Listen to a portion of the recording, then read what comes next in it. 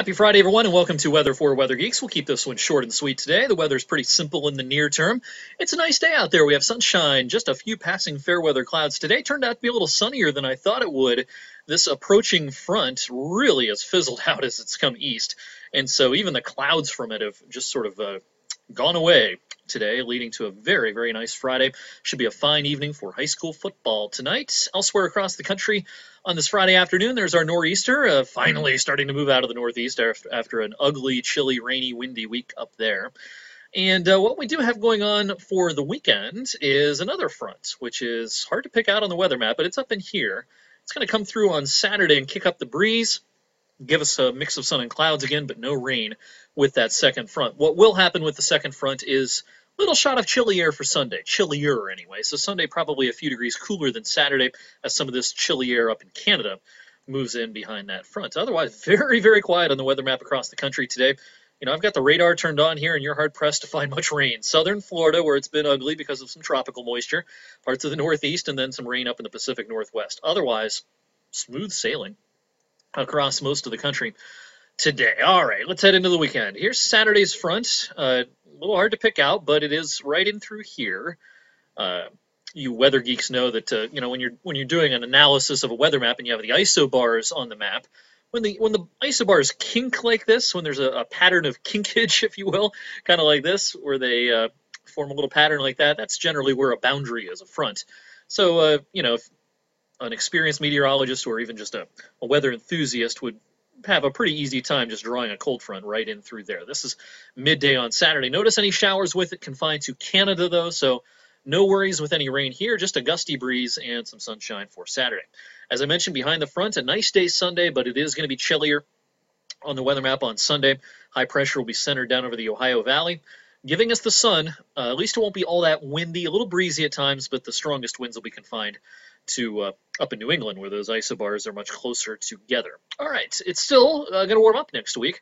Here's Monday afternoon, warm front pushing through. Again, if you look, you can pick out a little kink in the isobars here. This is a warm front pushing north and east, and the air behind that front is pretty significantly warm for this time of the year. So Tuesday, here's Tuesday morning. This is our warm day on Tuesday, as low pressure moves into the northern Great Lakes. Our cold front's back here, but our warm front is way out here. And so we're in the warm sector, and it looks like any rain's going to hold off until real late Tuesday, if not Tuesday night, and that will allow temperatures to get into the 70s Tuesday afternoon. But our front will come through with more showers on Wednesday, particularly first thing in the morning. And then looks like a pretty healthy cool shot coming at the end of next week. Here's a look at Halloween evening, next Friday evening. This is chilly air. Oops, let me go back here to Friday evening. There we go. And you can tell it's chilly air, again, if you're a weather enthusiast or a meteorologist. Here's the 540 line. This is a line that, it's kind of a magic line that meteorologists look at, particularly in the winter. And what this is showing is the thickness of the atmosphere between roughly the ground and the 500 millibar level, which is about 18,000 feet up. How thick is that layer?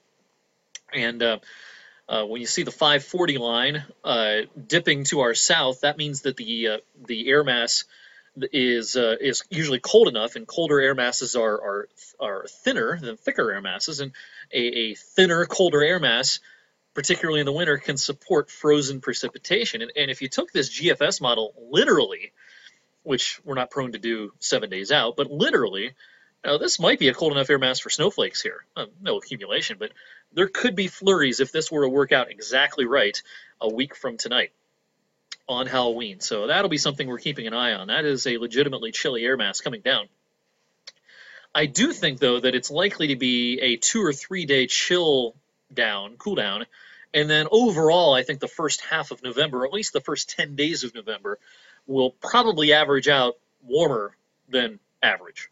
After that initial real chilly shot for Halloween and maybe the 1st and 2nd of November. Let's talk about those long-range temperatures. Here's the GFS ensemble model.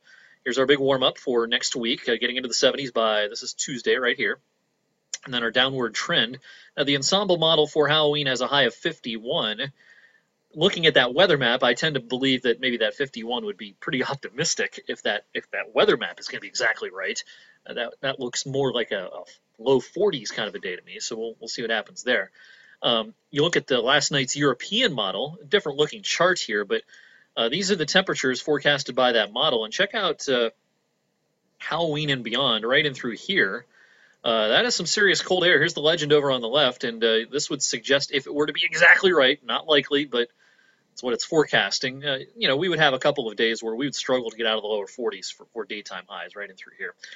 So it's definitely on the table that we're going to have a big cool down for at least a couple of days, end of next week, into next weekend, but overall, not a cold pattern encompassing the first 10 days, 2 weeks of November. That's not what it looks like is going to happen. All right, so a reminder, in case you missed it yesterday, our winter forecast will debut on the air, WFMJ.com, Facebook, Twitter, etc., next Thursday, the 30th. The full TV version of the forecast will be on 21 News at 11. We'll do a preview at 6, but the full winter forecast will air at 11 next Thursday.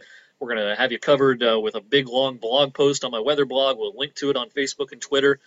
We'll do a special weather for Weather Geeks on the winter forecast. So you'll be able to find this information easily starting next Thursday. So we look forward to presenting that to you. In the meantime, I hope you have a great weekend, and I'll see you right back here on Monday.